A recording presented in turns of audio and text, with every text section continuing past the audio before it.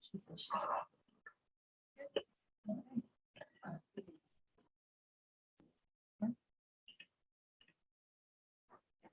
Okay, it is now 6:20 PM and I would like to call the July 28th special meeting of the Board of Education to order. Roll call, please. Mr. Booker. Here. Mr. Herrera. Here. Mrs. Hauk. Here. Ms. Mayville. Here. Mrs. Reed Nemick. Here. Mrs. Whitcomb. Mr. Zickert. Here. Do I have a motion to go into closed executive session regarding section 2, heading C, exception sub number 1 of the Open Meetings Act to discuss the appointment, employment compensation, discipline, performance, or dismissal of a specific employees of the public body or legal counsel for the public body? Motion to go. Motion to enter closed executive session. Member Herrera made the motion and member Booker seconded the motion to go into executive session. Roll call, please. Mr. Herrera. Aye. Mr. Booker. Aye. Mrs. Hauk. Aye. Mr. Zickert. Aye. Ms. Mayville. Aye. Mrs. Reed Nemick. Aye.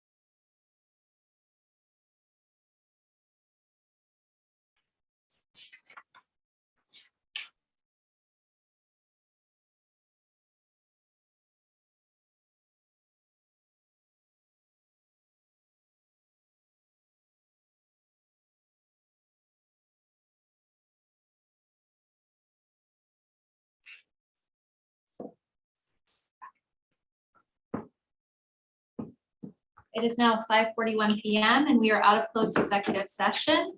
This time we'll reconvene the special meeting of the Board of Education with the pledge to the mayor. I pledge allegiance to the flag of the United States of America and to the republic for which it stands, one nation, under God, indivisible, with liberty and justice for all. Roll call, please. Mr. Booker. Here. Mr. Herrera. Here. Mrs. Hauk. Here. Ms. Mayville. Here. Mrs. Reed Nemec. Here. Mrs. Whitcomb. Mr. Zickert. Here. Are there any items on the agenda any members of the board would like to amend or move? Hearing none, do I have a motion to approve the agenda of the special meeting of the Board of Education on July 28, 2022 as presented? Motion to approve the agenda on July 28, 2022 as presented. Second. Member Zickert made the motion and member Herrera seconded the motion to approve the agenda of the special meeting of the Board of Education on July 28, 2022 as presented. Any discussion? Roll call, please. Mr. Zickert. Aye. Mr. Herrera. Aye. Mr. Booker. Aye. Mrs. Hauk. Aye. Ms. Mayville. Aye. Mrs. Reed Nemec. Aye. Motion passes 6-0. At this time, members of the public and employees of District 100 who submitted comments via email will be read, and those attending in person may make public comment. We have not received any public comments via email this evening, and we have no public in attendance. So we will be closing public comment at this time.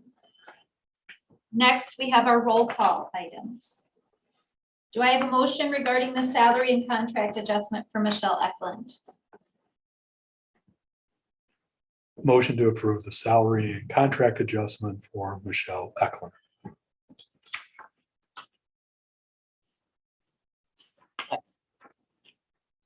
Member Zickert made the motion and member Hauk seconded the motion to approve the salary and contract adjustment for Michelle Eklund as presented for the agenda. Any discussion? Roll call, please. Mr. Zickert. Aye. Mrs. Hauk. Aye. Ms. Mayville. Aye. Mr. Herrera. Aye. Mr. Booker. Aye. Mrs. Reed Nemec. Aye. Motion passes 6-0. Do I have a motion regarding rescinding of retirement for Philip Owen? Motion to rescind of retirement for Philip Owen. I think I got that right. Second. Member Zickert made the motion and member Mayville seconded the motion to approve rescinding the retirement for Philip Owen as presented. Any discussion? Roll call, please. Mr. Zickert. Aye. Ms. Mayville. Aye. Mr. Herrera. Aye. Mrs. Hauk. Aye. Mr. Booker. Aye. Mrs. Reed Nemec. Aye. Motion approved 6-0. Do I have a motion regarding the rescind of retirement for Lori Verrucci as presented? Motion to rescind of retirement for Lori Verrucci as presented. Second. Member Zickert made the motion and member Mayville seconded the motion to approve the rescind of retirement for Lori Verrucci as presented. Any discussion? Roll call, please. Mr. Zickert. Aye. Ms. Mayville. Aye. Mr. Herrera. Aye. Mrs. Hauk. Aye. Mr. Booker. Aye. Mrs. Reed Nemec. Aye. Motion passes 6-0. At this time, I'd like to turn the meeting over to Dr. Shug for strategic work session. All right. Thank you. So this PowerPoint is in your board docs, but I have it here to sort of go through it as I discuss it. So I'm gonna I would really like this to be as interactive as possible. I'm going to share the information with you, but I'm looking for your thoughts and feedback on, do you think that this is in line with your thinking? Are there things that are missing? Does this seem accurate? And then as we're sort of going through it, I'd like you to be thinking about overall themes, overall trends. So I'm going to walk over here because I don't have a clicker.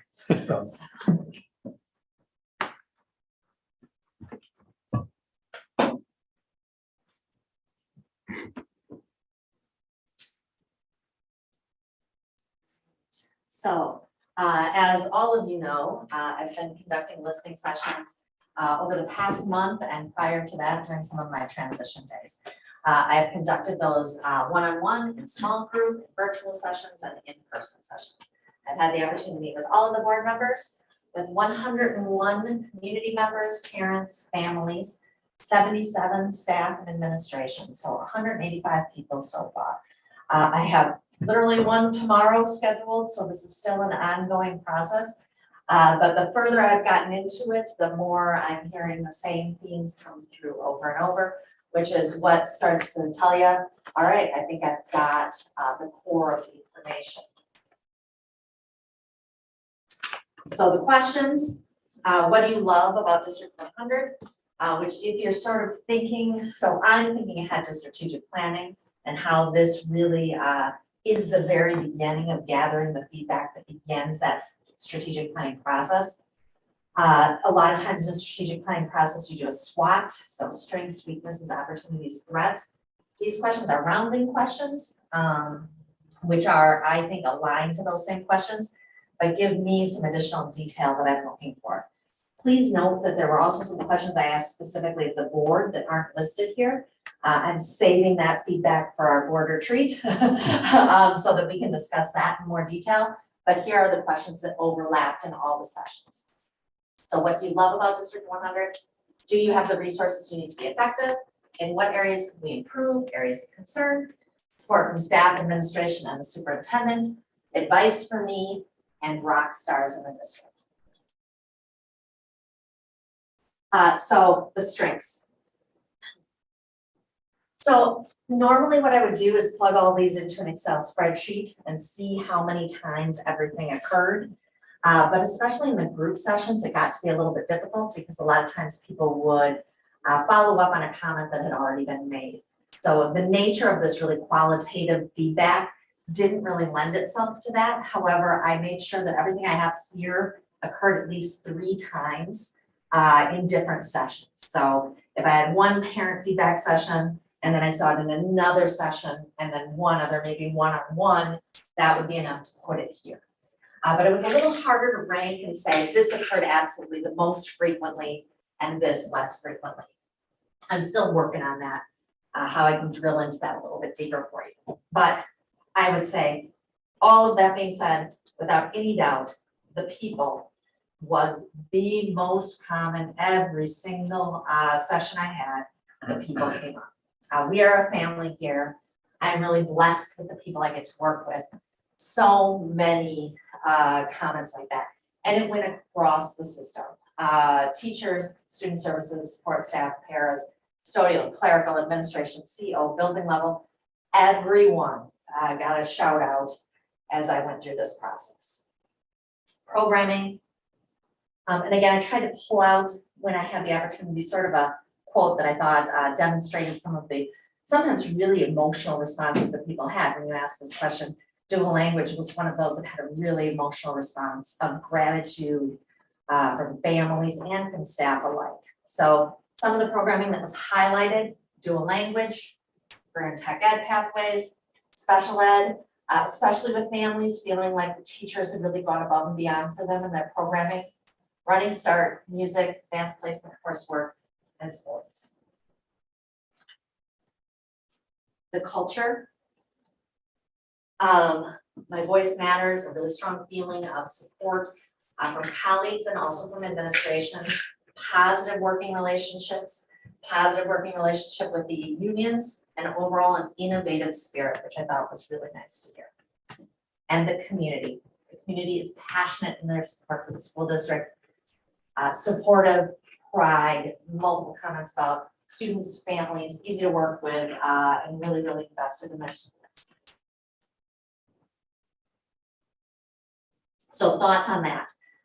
In some of these, I've sort of pulled out the staff from the parents. Here, again, the feedback really overlapped, so there was no reason to do that.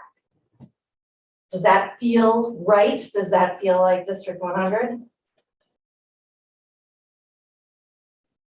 For the most part. For the most part, yes. Mhm. Anything that is missing?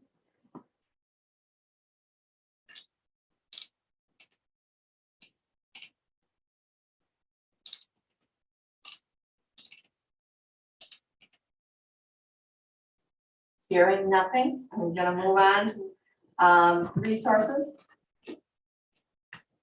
Here again, the overwhelming answer to, do you have the resources you need to do your job and or support your children, was yes. I thought that that was really quite remarkable, and I heard it over and over again. I've been encouraged and supported to get the support needed to do my job. Yes, and if not, there's a process to get it. I have what I need 100%. That was from one of our building principals. So just really a strong feeling of I can get what I need to be effective. But there were some staff resources that were highlighted, and here again, you can see I pulled staff and parents at time over and over again, not enough time to do the things that we need to do to be effective. Early childhood vision. What is our North Star? What's our compelling why? Needing to revisit that strategic plan. Conversations about feeling like, spinning our wheels a bit, like where are we going? And SEL resources.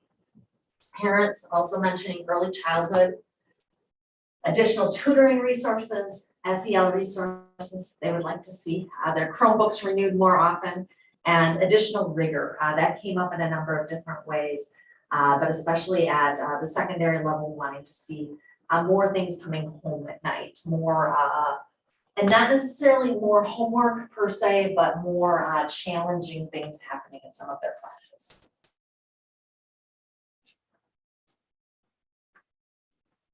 Okay. Accurate. That seemed like District 100. Do you agree? Yeah, I agree. I think the one that stuck out to me was only because I look at that stuff probably too often sometimes, is the vision and the North Star and the compelling why. I think the staff, at least from what I've heard, and maybe everybody hears something different, which is totally fine, because I just hear from a certain group of people that's the part they've been wanting more of. That we know we have to do it, but how's it going to make life better for me? And I think whether we like it or not, education's changed a lot. We have to sell things more than we used to. I mean, we can't just say you have to do it and expect it to be easy anymore. Kids, parents, teachers, it's just different than it was before. I mean, back in the day, back when dinosaurs roamed the earth, you did it because you were told to. Now things have changed, and I think we need to look at that. Yeah, I think that's really good feedback. So I have a question in regards to what are we doing well? We've got more advanced placement. I think that was one of the areas in the strengths. But then one of them is that we need additional rigor. So how do those attach or conflict, or can you speak more on? I can. that? Well, a couple things I think, and I think that this isn't the only thing that conflicts, right? So I think we'll see more of that, especially when we get into areas for improvement. But there was some frustration, for example, with not being able to get into those higher level classes. And then if I can't get into those higher level classes, my learning is not coming as quickly as I would like it to be. There's not enough challenging material, that it was sort of, I'm in these advanced placement classes or I'm not, and there's kind of a big gap in between those two pieces. I think middle school was an area where people felt like there was an opportunity for more challenge, more rigor. Oh, sorry. Yep, no, go ahead, Tom. Along with that, I agree, I heard a lot in talking with everyone about curriculum, and everything, the time factor, and I think it all goes together, and I know I don't want to Yeah. steal your thunder from later, the having more focus. Yeah. And to keep people, and give them the time to focus on what they need, so they can have more rigor in Yeah. there. And what they're doing, it kind of all goes together. I think you are, I think you are exactly correct, and I think there was definitely a feeling of that. And again, when we get to improvements, I think you'll sort of hear that. Real appreciation for teachers, what they're doing, the resources they're providing.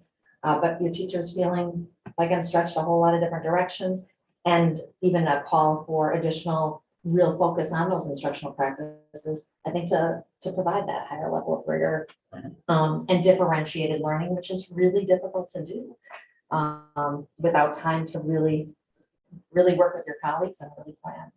I think one of the other things I heard that wasn't up there, well, in some ways it is, I guess, because you could look at maybe things like SEL resources and other things, and maybe time is, there's some concern about discipline issues in the schools, whether it be consistency, whether it be too many of them, whether it be types, whatever. I think it's just in a general categorized area of just how we address that, how we go about fixing it, how we aid all stakeholders in making that a better situation. I'm gonna push us into improvements because we're gonna talk about some of those pieces. Unless, but I don't want to rush us through anything else on resources before I move us into improvements. And there's overlap here too. I mean, there are people that answered resources questions with improvements, and people who answered advice with, improvements. So there's definitely overlap in all of these areas. Areas to improve. I heard so many times that last year was the most challenging year of my career. I heard it over and over and over again.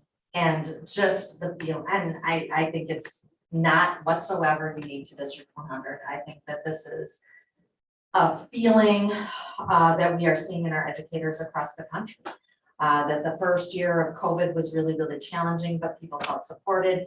The second year of COVID was challenging, but people felt some of that support. And then, now we're really starting to see the exhaustion, the division, the politics, and teachers and administrators expressed over and over and over again their feeling of this was a really hard year. It was really hard to pick myself up. It was really hard to get through. So that's definitely a feeling that's out there and is complicated by some of these other pieces.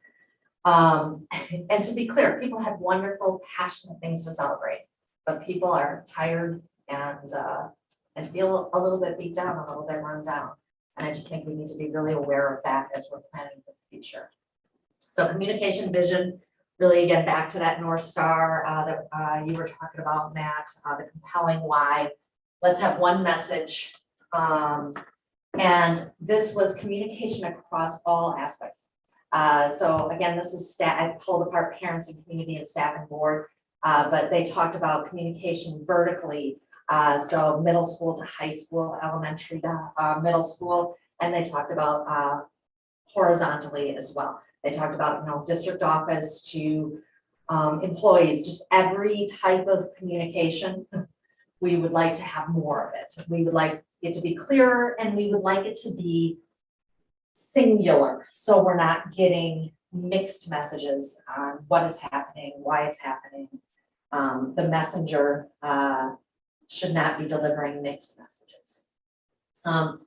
Too many initiatives and a lot of discussion about restoring focus on achievement and talent. Keep things as focused as possible. Need to get back to a focus on instructional priorities. I heard this a lot. Really this sort of feeling of, I really feel like I've gotten away from best practice in my classroom over these past 2 years when we were relying on virtual instruction. We didn't have the PLCs. We didn't have that focus on achievement data. I feel like I need a refresher on that. I feel like I need more time on that. I need to, again, refresh with my colleagues. We need time to implement. We need a narrow focus. We need alignment and a redefinition of the riverbanks. So a really feeling of, I don't know what's in my control and what's outside of my control. I need to know what I can make decisions about and what decisions are going to be brought down to me, and a need for professional development.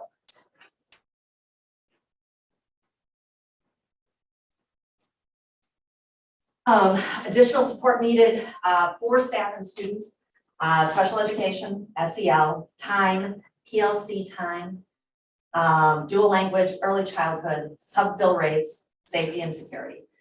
So these were all additional supports that came up across the board.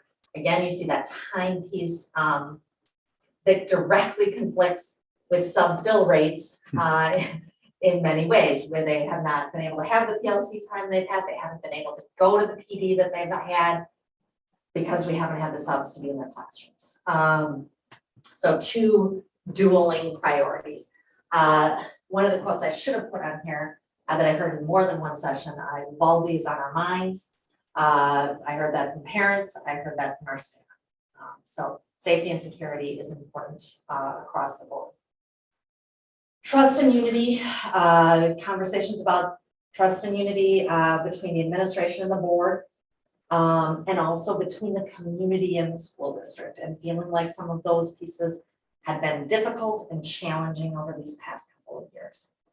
I already talked about it, but that morale, that burnout, people just wanting to feel valued across the board. Again, I heard it from administrators, I heard it from staff, I heard it from paras, I heard it across the board. We want somebody to reach out and tell us that we feel valued. There was now, after people I was interviewing, after the contract was approved, added the contract was a helpful piece of that. So there's definitely a feeling that that was an extension of support. Staff retention and evaluating salary structures. And specifically here, talking about filling some of those difficult to fill positions, including the dean level positions.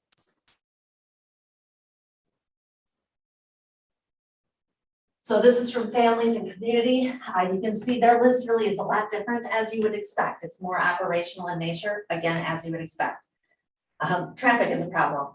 There's behavior issues on the buses. There's behavior issues in the bathrooms. There's behavior issues in the hallway. There's bullying going on over and over. I want safety to be a #1 priority. I want to make sure my child feels safe when they come to school. Communication, consistent and frequent communications, more timely. A lot of frustration right now with, I don't know, my kid's going to kindergarten and I don't know where they're going yet, you know. I don't know what their bus route's going to be. I don't have their school supply list, you know. So just some of these pieces that are difficult for a whole lot of reasons, but are frustrating for our families. Concerns about gender identity, critical race theory, curriculum, those issues that you've been hearing about already, and I think we will continue to hear about. People are worried. More focus and support. Again, SEL came up in another one that came up in virtually every session. I hope. Again, rigorous learning opportunities and access. Here's where you see that access to advanced coursework. People feel like my child didn't, was 5 points away on this test from being able to be in this advanced class. How can we provide all the students that want that sort of opportunity,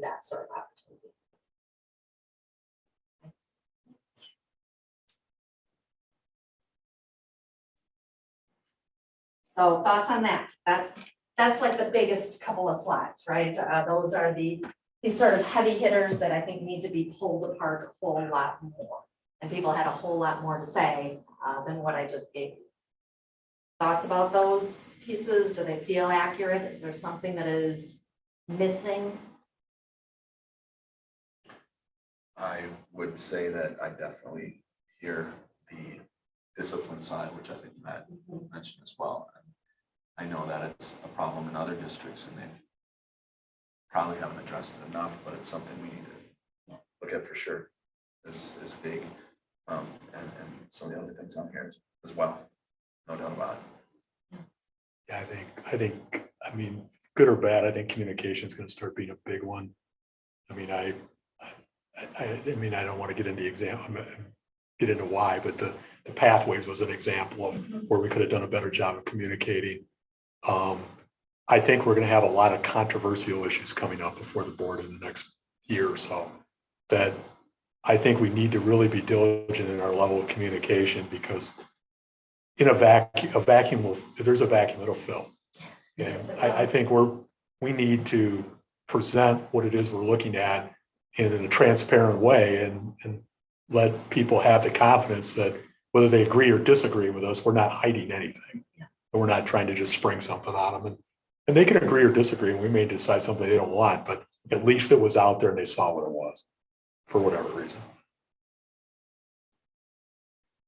I think too, and it goes along with like consistent communication is identifying different areas that our community and staff communicate.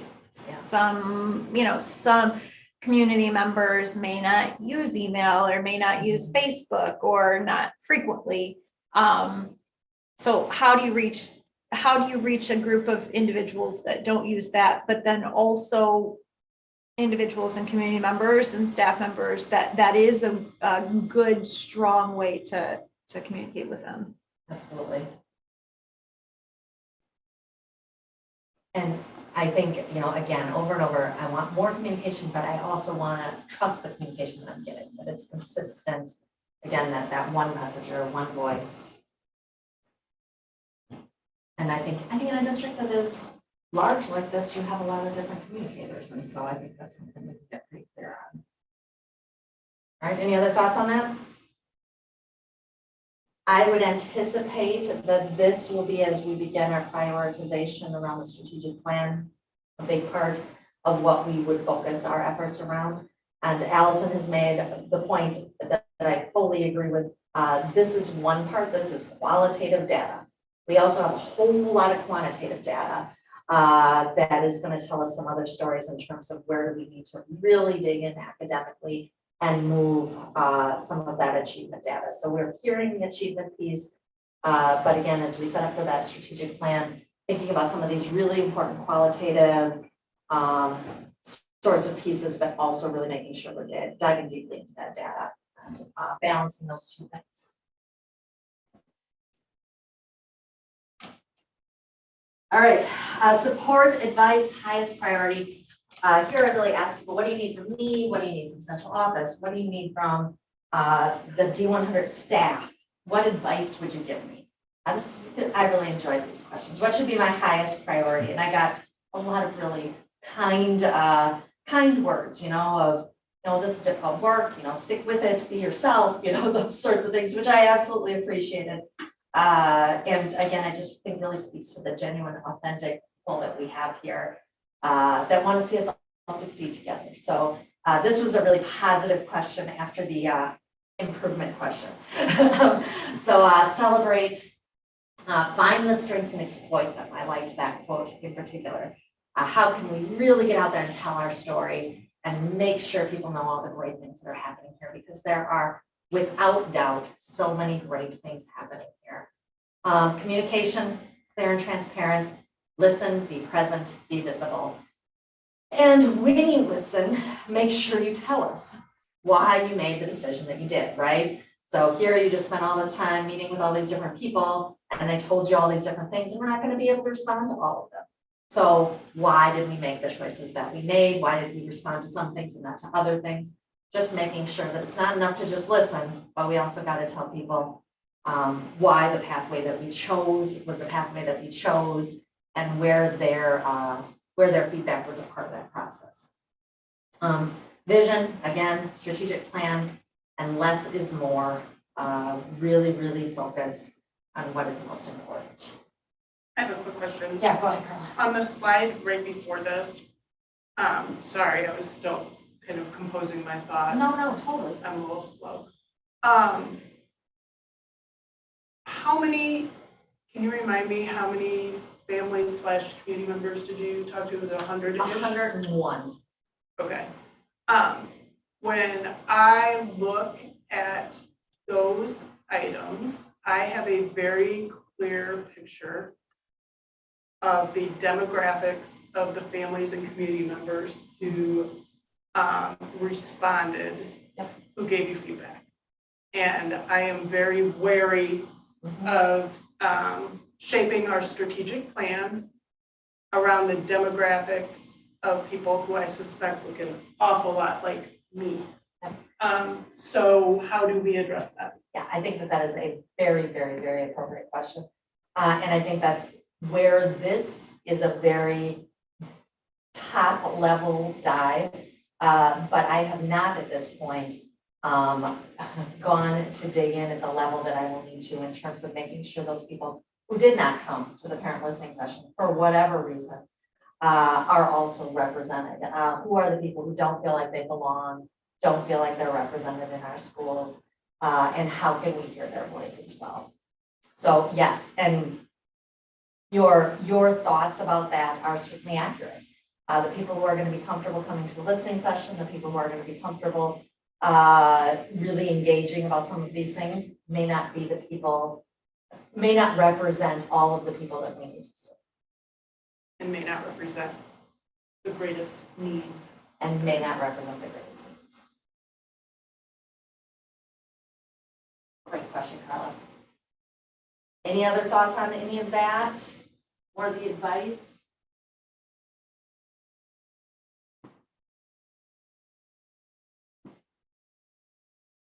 So overall themes and priorities. I have mine on the next slide, which many of you already read.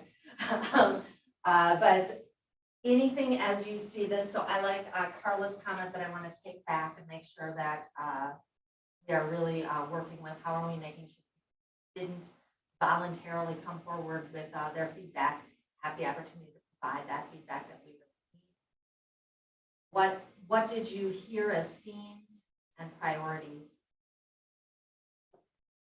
Safety and discipline. Communication. yeah. Communication.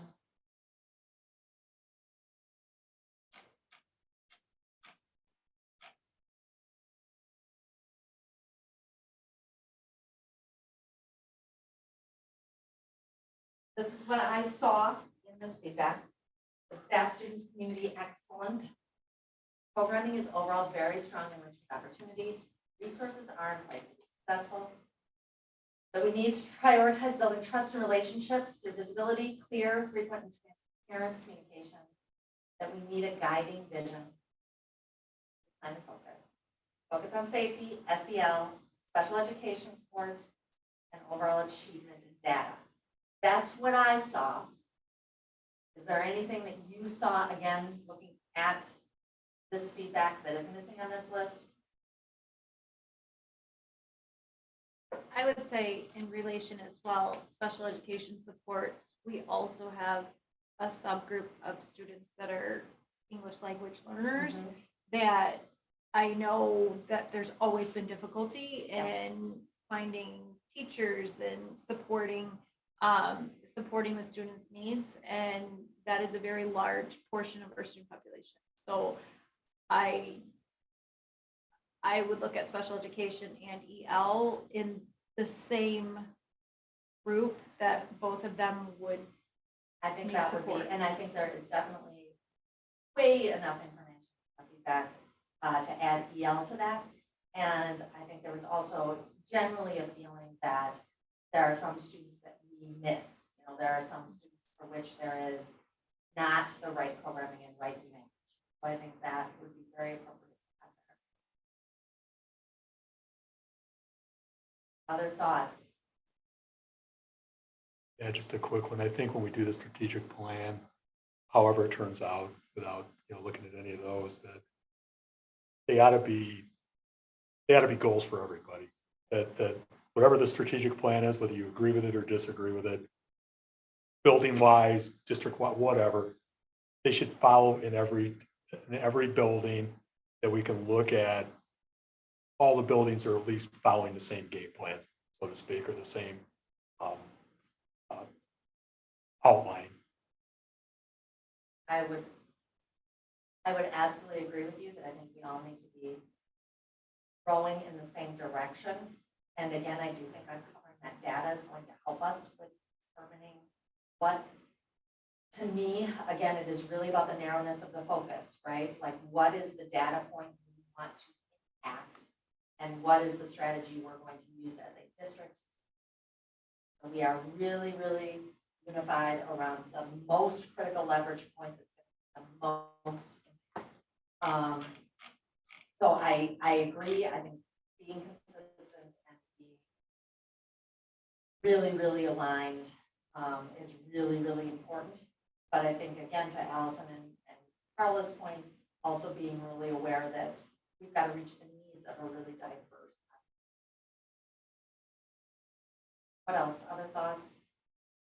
Couple thoughts on Yeah. the strategic plan, and going along with what others said. I was on the one Yes. from 7 years ago. And we had the meetings during the day, like once a month, it was during the day.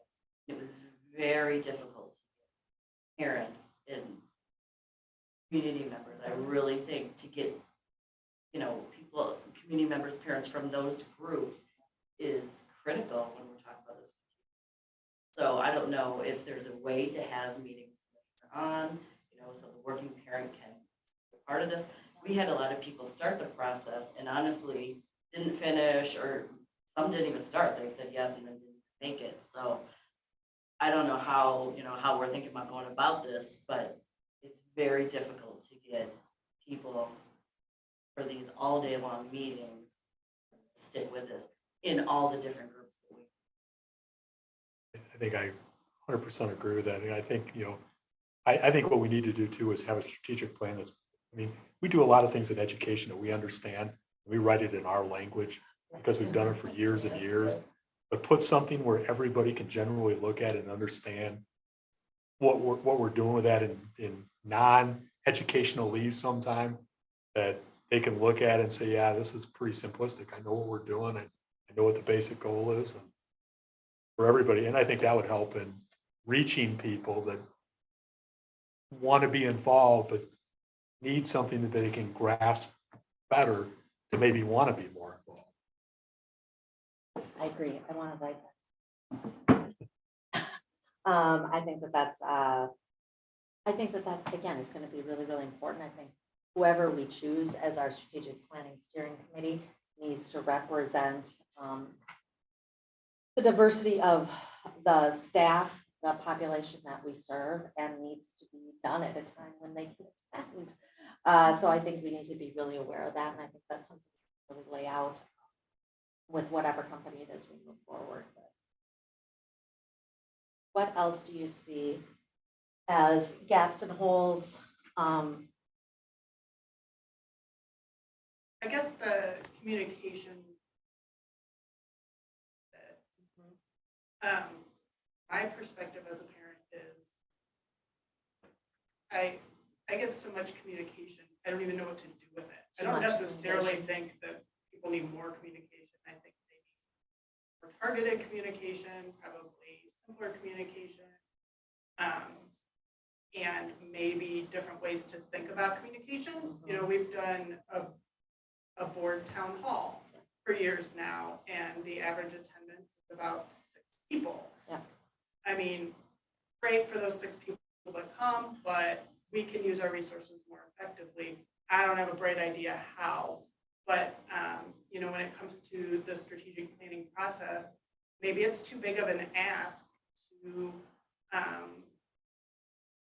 require parents and community members to come to X number of 3-hour meetings that may occur in the middle of the day, but maybe you can get them to one, and get feedback from them. If you have a core team and then you have people who come to one meeting, or because it's just, it's too much. Everyone in this room, it's too much. It's too much communication, too many meetings.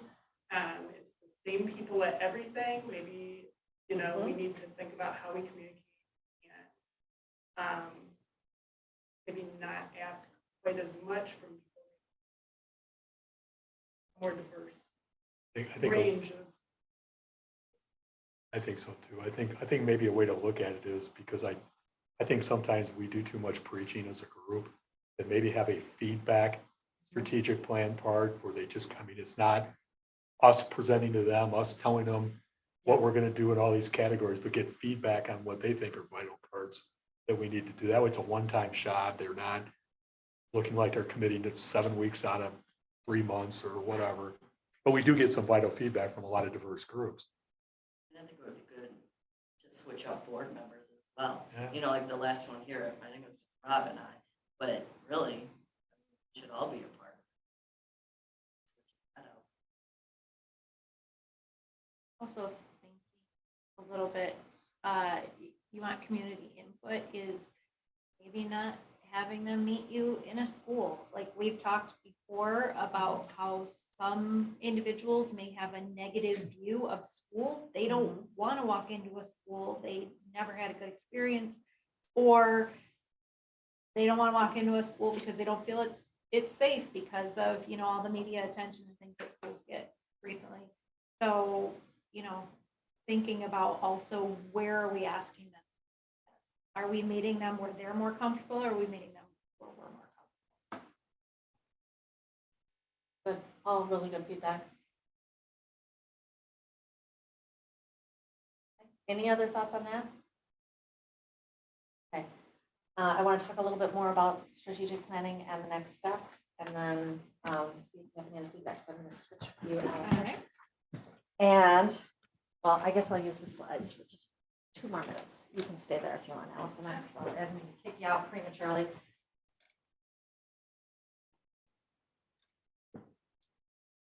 And we're gonna go ahead and get a clicker. That'll be.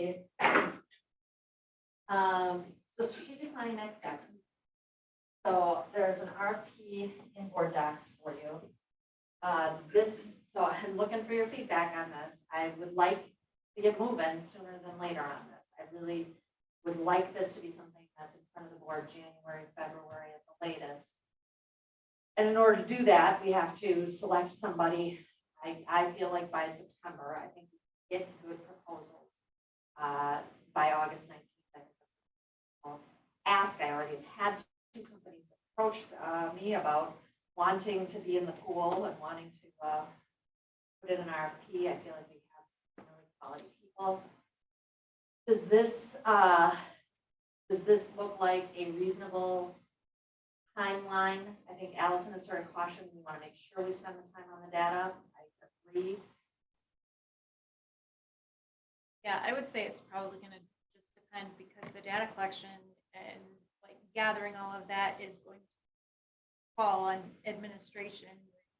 We're just getting back to school in September, you know, like just getting, so I wouldn't want to feel like, oh my gosh, I can't leave my desk tonight because I don't have this done when I'm doing it. Oh my gosh, yes. And I don't want it to feel, I don't want this to feel rushed. I want it to be thoughtful. I want us, as we've talked about tonight, to make sure we're getting feedback from all the people we need it, and we're getting data that is meaningful data and really digging deep into what the data is telling us and where we need to. So I agree. I don't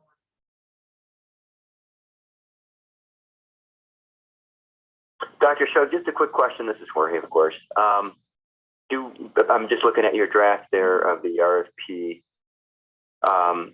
Is that enough time between October to December for data collection and analysis and focus groups? I don't know. I haven't been through strategic planning for the school district before, and maybe my fellow board members there have been there and can chime in on what has been done in the past. But does that give us enough time? Is there enough time between October through December to have that data collection, meeting, focus groups, and all that put together?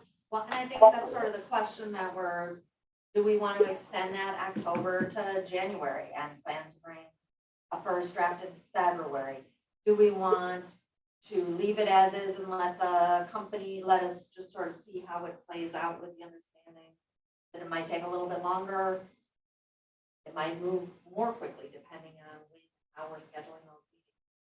I'm happy to move it to October to January. We'll get actually some good data in January that might be worth considering. So if we feel like that gives us a little bit more time, that is not going to make or break us one way or the other. I mean, I think we don't want to approve our strategic plan likely in June, because that doesn't give us much time to really plan for implementation. But March, we still got a couple months of the school yet. I would be inclined to stick with this time. Yes, expand time. for them. I also think that this quickly, so I think having a draft plan to the board just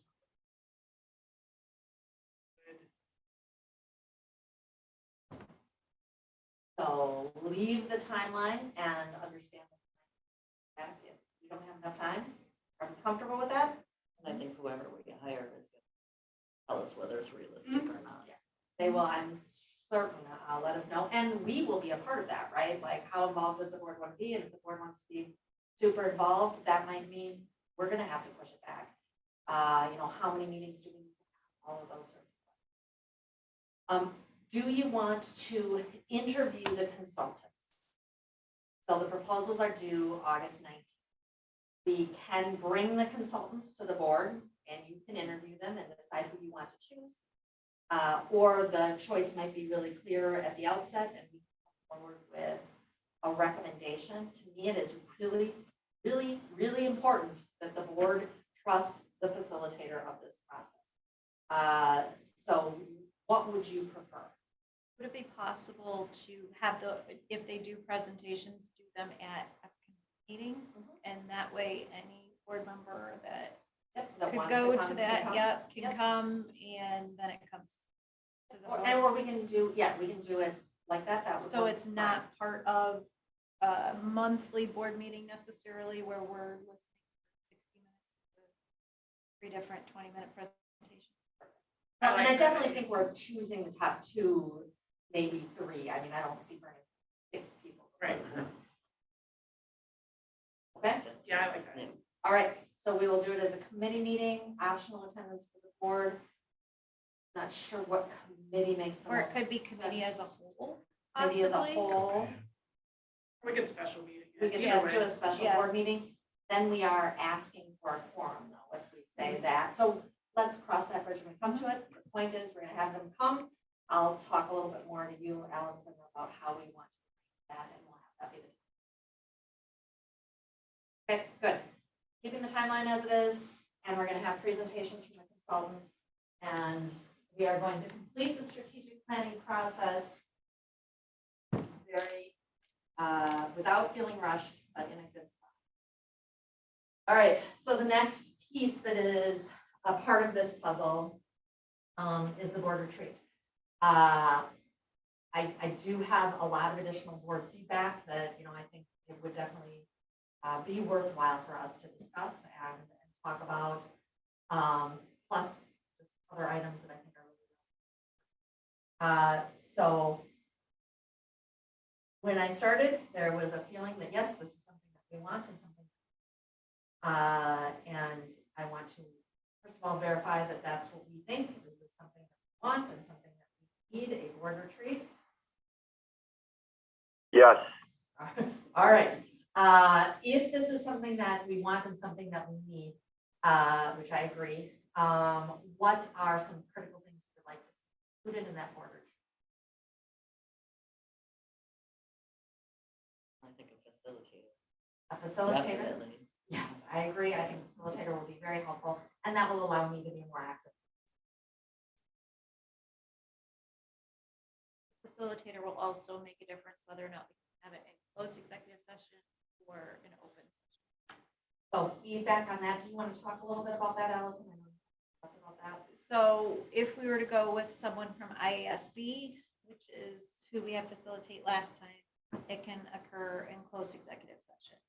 If we were to choose an outside facilitator or a facilitator that is what they do, facilitate meetings between company boards and educational boards, then that would more than likely have to be an open session. That would be I think we need to have a targeted agenda.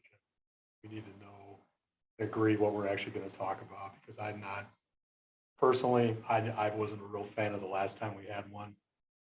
Not that the facilitator was bad, but I just think there was too many underlying issues, and we need a focused area that we stick to and do they agree that that's what we're going to do. I like that. Let's talk through the facilitator piece a little bit more. Do you want to have an IASB facilitator that would allow us to have conversations in closed, which is obviously going to perhaps allow for more difficult conversations than we can have in open. That being said, we're having a conversation right now in open that I think is productive and valuable. If we don't go with IASB, we have some more flexibility in terms of the facilitators we can have. If we do go with IASB, we have that opportunity to really, I think, engage deeply on some issues. Thoughts on that? We go with an outside facilitator, there may be more opportunity for flexibility for time. IASB is very like, yeah, we've got this day or we've got this day. So that might not work with everybody's schedule. But I do think discussing as a board, it would be easier to discuss hard topics, more difficult topics, if it were in closed session. I honestly don't think a retreat in open session would be. I don't think we're going to be able to say the things that need to be said at times. Would hold back. All right, I see nodding heads on that. All right, so what I will do is reach out to IASB and find out who is available, what sorts of timeframes are available. I am thinking we're doing an evening retreat. We could do something on Saturday. I know. Evening, is that what we're thinking? We could do something in like an afternoon if people have flexibility. If you want together. I would say evening first, Saturday second priority. Evening first, Saturday second. Yeah, I'm good with that. All right, evening first, Saturday second, IASB. I will get some times and we will go from there. So back to Matt's question, and maybe this is something you want to think about and email me directly. What do you want to see on that board retreat? What needs to be there to create our focus? And I mean, what we want to do, right, is best work together, to be that single voice. At the same time, representing real diversity, diversity of constituents, diversity of reasons that you're on the board, but making sure we're making choices and decisions in the best interest of students, so that we're supporting the staff and we're making gotta work together. So let me know what do we need to do in that board retreat. Help us move in that direction. Do you think you could send us, you've been through this and probably have many different ideas than we've been through. Can you send us some things you're thinking? I would Or be that happy have worked for to you? do that. I would be happy to do that. If that would be helpful, maybe that's what I'll do, maybe in the next board update, I can spend some time saying, here are some possible directions we can go with this board retreat. Love that idea. All right. So, I'm sending out the RFP, doing all these pieces with the board retreat. And everyone's gonna spend some time reflecting again a little bit more on those session feedback and thinking about gaps, holes, things like that, as we work to fill that as we begin the process. Other thoughts, comments, questions, feedback? When we get to the point of the strategic plan, I don't have any great ideas on this or any idea, whether it be great or poor, is trying to find individuals that haven't typically volunteered for things. So that way, I agree. having people different possibly than were last time. There are always some individuals that are happy, have to be on there. Yeah. But I think Some of those new just, voices. new voices, the opportunity to participate in something that maybe they didn't know existed last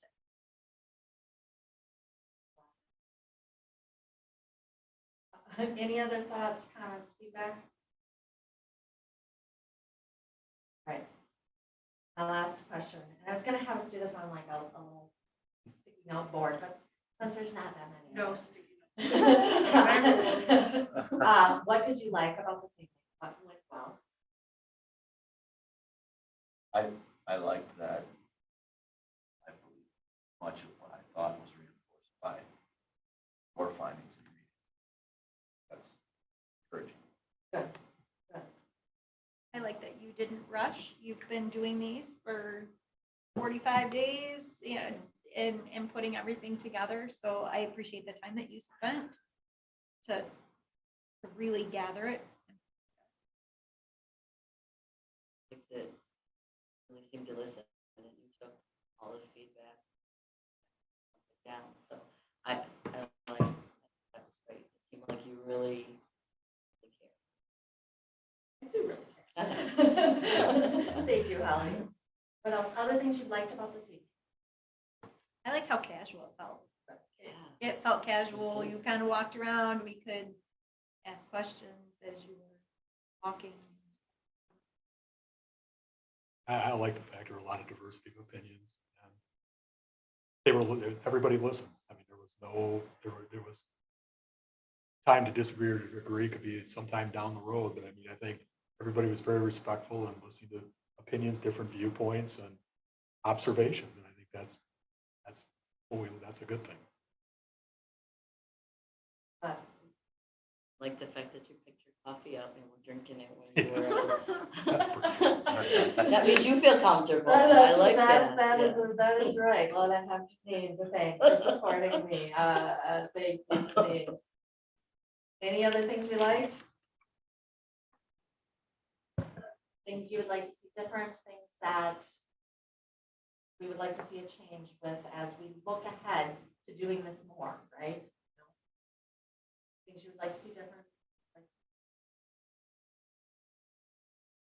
I think if we did this again, I think having a few things to focus on was a good thing.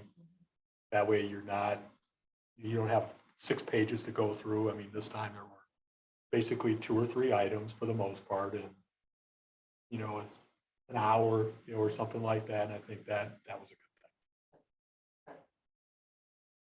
Only really think that we should have seen the giant. Anything you'd like me to do differently, you'd like to see us do differently?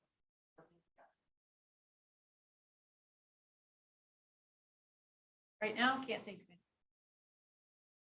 It's okay if you can, so and you gotta tell me too what's on your minds. I want it to be as effective as possible. So you gotta tell me if there's something sitting in the back of your mind, let me know so we can work on it and keep making it as effective as it can for us so that we can. Oh, thank you so much for all of your time and thoughts.